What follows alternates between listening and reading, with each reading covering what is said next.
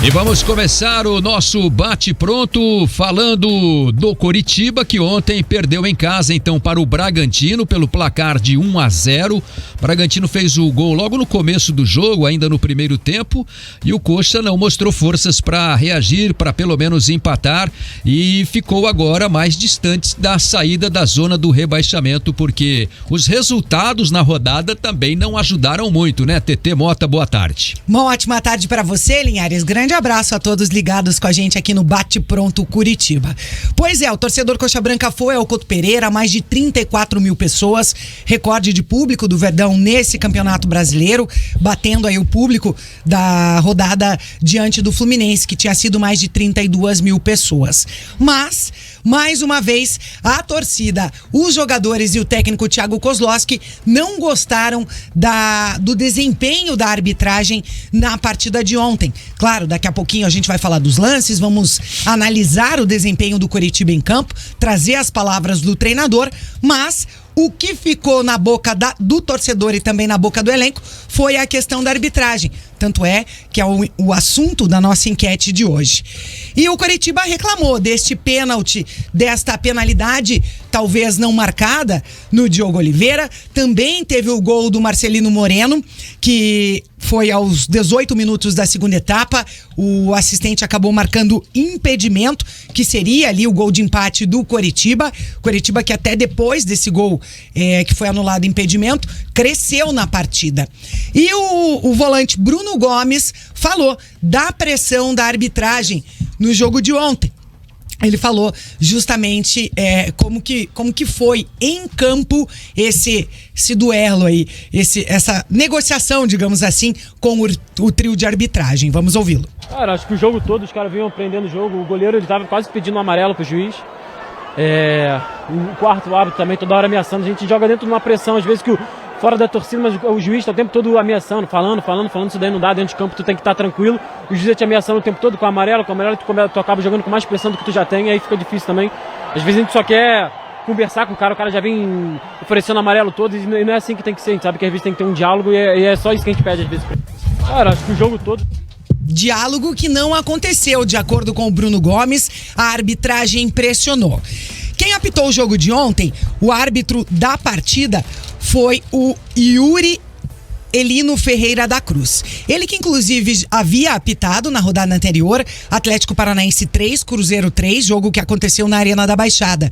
E até eu trouxe o desempenho dele, o currículo do árbitro, quando a gente falou da arbitragem antes de começar a partida, e me chamou a atenção pelo fato de ser apenas o terceiro jogo dele na Série A, ele que já apitou 8 jogos da Série B nesse ano, e no currículo dele, nesse ano de 2023, ele veio figurando diversas vezes como quarto árbitro. E o técnico Thiago Kozlowski, na entrevista coletiva, preferiu não analisar lance a lance o desempenho da arbitragem, mas falou e reclamou bastante da falta de experiência do árbitro que foi convocado para apitar essa partida Coritiba e Bragantino. Eu realmente reclamei, mas em nenhum momento eu faltei com respeito ao árbitro. E o mais interessante que eu reclamei pro Bandeira e pro quarto árbitro, o mais interessante é que ao final do jogo o Bandeira falou para mim, né, o auxiliar lá, que ele tinha pedido para me dar cartão amarelo pelo excesso de reclamação. E o árbitro me puniu com o cartão vermelho. Eu fui perguntar isso para ele, por que você me puniu com o cartão vermelho? Né? Eu já perdi o jogo, estava no finalzinho do jogo, eu reclamei realmente, mereci o cartão amarelo, me desse o cartão amarelo, estava tudo certo, né? E ele foi lá e me deu o vermelho. O que me causa estranheza é que todo jogo do Coritiba, pelo menos os últimos 2 jogos, vem árbitros que têm muita pouca experiência em Série A. Árbitros que você pega o currículo, fez 3 jogos em Série B, já está caindo em Série A. Eu demorei 13 anos para chegar na Série A como profissional, né? Eu passei por todas as categorias, fiz todos os cursos possíveis, trabalhei fora do Brasil. E uma pessoa, não estou falando se é bom ou se é ruim, tá? Eu estou falando do critério para escolher um árbitro para pisar na Série A. Né? O árbitro que apita 3 jogos em Série B, faz 3 jogos como quarto árbitro em Série A, já tem a responsabilidade de conduzir uma partida onde as equipes investem milhões, aonde vem 40 mil pessoas para ver o jogo, e você às vezes tem uns lances capitais que um árbitro experiente ele sabe conduzir bem, né? Então essa é Única dúvida. Eu não vou falar aqui se o árbitro errou, se foi pênalti, se não foi. Isso fica para vocês analisarem. Mas para mim causa estranheza que todo jogo que a gente vai, nos últimos 2 jogos, lá no Rio, a mesma coisa. Hoje aqui, na hora que eu olhei o currículo do árbitro, eu falei, poxa, é um árbitro jovem, né? Então acho que a gente deveria ter mais critérios, né? Porque um treinador ele não pode começar ontem e já pisar na Série A. Ele tem um caminho. Isso vale para o preparador físico, para os jogadores, né? Pô, eu falo de mim, eu demorei 13 anos para chegar aqui, né? Então não caí de paraquedas, né? Então eu espero que daqui para frente pelo menos a confederação olhe com mais carinho e coloque árbitros aí à altura do espetáculo. Thiago Kozlowski cobrando o critério na escolha da arbitragem das partidas do Coritiba, em especial na Série A. E na súmula, depois da partida, o árbitro relatou, né? Foi expulso o Reginaldo Nascimento, auxiliar técnico do Thiago Kozlowski, levou cartão vermelho direto, e também o próprio Thiago Kozlowski, como a gente ouviu o relato. E na súmula, o árbitro também relatou depois que o CEO do Coritiba, Carlos Amodeu, invadiu o campo, indo em direção à equipe de arbitragem e disse o seguinte, abre aspas, nós demos todo o suporte para vocês fazem essa M aí, isso é uma vergonha, deveria nunca mais apitar. E também relatou na súmula, depois do término da partida também, que o Arthur Moraes, executivo de futebol do Coritiba, também entrou em campo e também foi em direção ao trio de arbitragem. O Coritiba perdeu, reclamou da arbitragem. O lance do gol anulado foi bem anulado. As linhas comprovam lá que o Bruno Gomes estava adiantado na hora que ele recebeu a bola do Diogo Oliveira. E o lance do pênalti no final, ali do Garcês, né? Do Garcês, né? Foi do Garcês? É que o Garcês faz a jogada pela direita e o Bruno Gomes toma a frente dele e dá continuidade na jogada. Aí não foi o Diogo Oliveira que deu o passe, não, né? O Garcês faz a jogada, toca pro Diogo, recebe de volta e daí ele meio que se enrola com a bola e o Bruno Gomes pega a bola dele. Isso, exato. Né? Então, por isso daí, só que... um toque do Diogo Oliveira, daí o Bruno Gomes vai na bola, que ele deveria deixar o Garcês que vinha de trás, né? E aí o gol seria legal, né? Mas a intervenção do Bruno Gomes avançado acabou anulando a perspectiva do empate. Ele roubou a bola, né? E o lance reclamado de pênalti no Diogo Oliveira, eu não sei, eu vi o lance pela televisão, não me parece que há ali uma força necessária para derrubar o Diogo Oliveira. Há um braço ali nas costas do Diogo Oliveira e a projeção do atacante para frente. Não sei, na avaliação de vocês, assim, foi essa me parece a interpretação da arbitragem. Claro que cabe aí análise, né? Um lance de interpretação discutível, que o Coritiba reclamou muito, porque já era até no final do jogo, né? E evidentemente um pênalti ali possibilitaria o Coritiba de empatar a partida, o que melhoraria um pouquinho o cenário no final da rodada. Eu tive a impressão de que o Diogo foi empurrado, mas eu não vou ficar só nessa questão desse lance, sabe? Porque eu acho que o Coritiba jogou muito abaixo. E pra mim, isso tudo, claro que é uma reclamação, claro que é um ponto, são pontos perdidos que não vão voltar. Só que a atuação do Coritiba ontem foi muito ruim.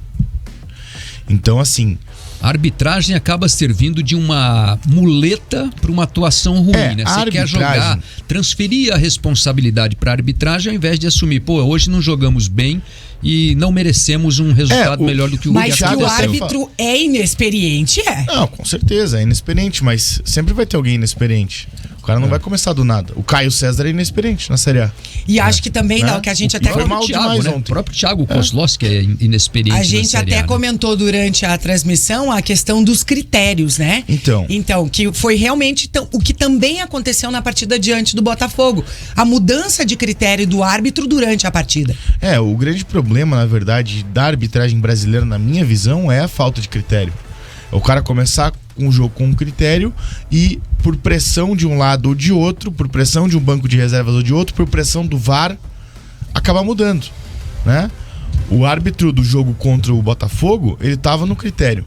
O VAR pressionou e ele mudou o critério na marcação da falta.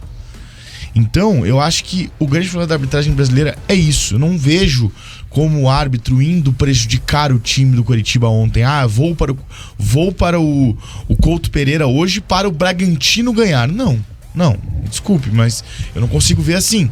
Só que eu acho que a falta de critério e as mudanças de critério, às vezes pelo que o jogo impõe, pelo que um jogador fala dentro do campo, pela uma pressão ali e aqui, e isso acaba sendo complicado.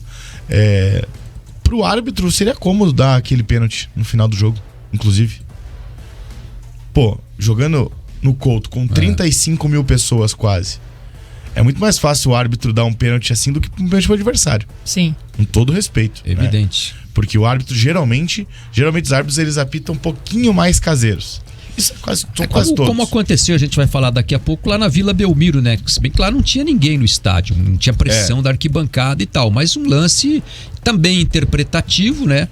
Que o VAR acabou marcando o pênalti, não a arbitragem de campo. A interpretação no campo foi de lance normal, apesar do toque da mão no braço, né? No cotovelo do Thiago Heleno, mas pela distância da bola, aí uma série de coisas que precisam ser analisadas para se estabelecer o critério correto para marcação da falta. Como aconteceu no lance do Diogo Oliveira com o Guilherme Lopes, né? É isso, o zagueiro do... É o Guilherme lateral, que tava no lance ali com ele na dividida. É que o Guilherme ele empurra o Diogo de qualquer maneira. Ele põe a mão assim, né? Nas costas, ele tira. Então. É de leve, né?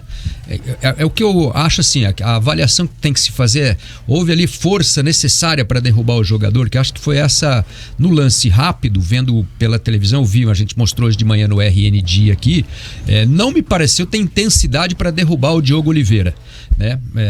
Uma tentativa de cavar o pênalti. Claro que há um contato, há um braço ali nas costas e cabe a interpretação do árbitro. E se o árbitro tem dúvida, tem o árbitro de vídeo para esclarecer. Sim. Eu vi ali um empurrão, mas não achei isso, não achei aquilo. O árbitro de vídeo vai falar, olha, então venham ver aqui na televisão. Para isso que eles gastam um dinheirão, né? Sim. Quase 50 mil reais por jogo, 70 mil para instalar aquele equipamento ali na beira do campo. É para isso que serve. Entende? Então, assim, não cabe a nós aqui dizer se foi ou não foi. Claro, nós não temos esse poder de decisão. Não, a gente está aqui analisando o lance. Agora, cabe à arbitragem que está ali no campo usar todo o recurso que eles têm disponível. E eles não usam. De vez em quando usam e de vez em quando não usam. Parece que é um negócio assim, agora interessa usar, agora não interessa usar. Então não vou usar, eu vou deixar do jeito que está, entende? Mas é que daí... Então, por exemplo, no jogo, comparando os dois lances, do Santos e do Atlético, houve interesse do VAR com a análise do árbitro de campo no lance, e ontem no Couto Pereira não houve interesse do VAR que o árbitro analisasse o lance. Não, mas é que daí, nesse caso... Acho que essa é a diferença. Nesse caso, aí o VAR também achou que não era um lance para pênalti. Ele analisa, ele pede para esperar e é normal, e daí ele fala, pode seguir o jogo, não foi nada. No lance do Santos e Atlético, o árbitro não anotou o pênalti, o VAR chamou e falou, pra mim foi pênalti, venha ver. Então essa é a diferença. É que daí é o julgamento de duas pessoas diferentes, né? Um do árbitro de campo e outro do VAR. O VAR ele vai estar, entre aspas, acima, no sentido de falar, vem aqui ver. Então... Mas gerou dúvida, eu acho que independente de qualquer coisa, o árbitro de vídeo deveria ter chamado o árbitro. Eu não tenho certeza, você não tem certeza, vamos tirar a dúvida.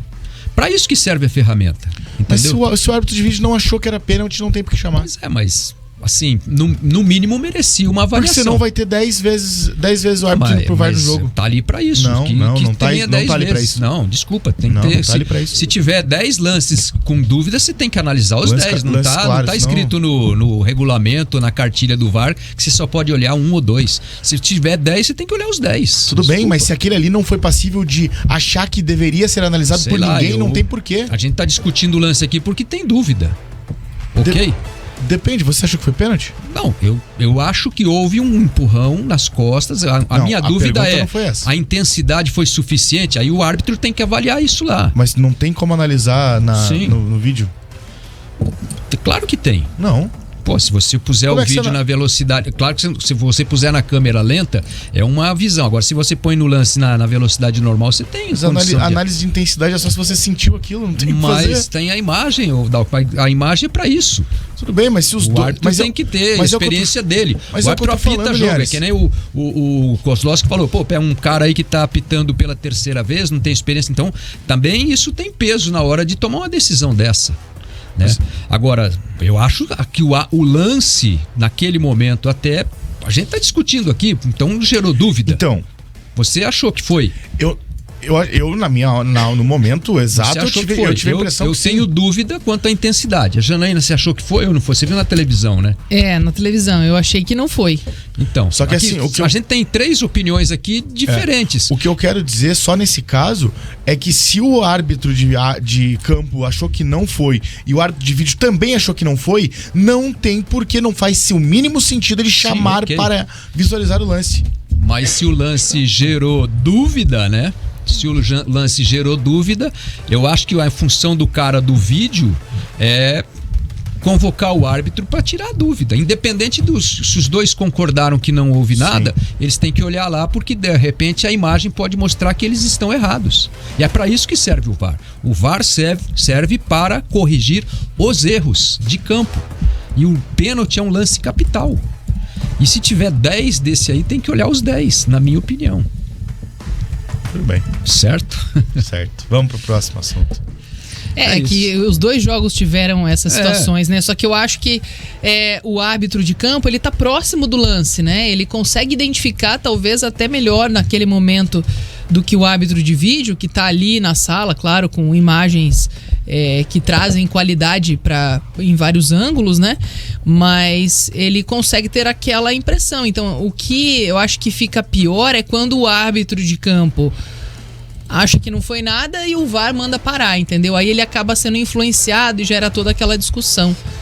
Nesse caso do Coritiba, eu acho que o que pegou mais pra mim foi a atuação do time, que foi completamente diferente do que a gente vinha acompanhando, né? O time parece que parou de evoluir de 2 jogos pra cá. E esse aí eu acho que foi a pior atuação com o Thiago Kozlowski no comando.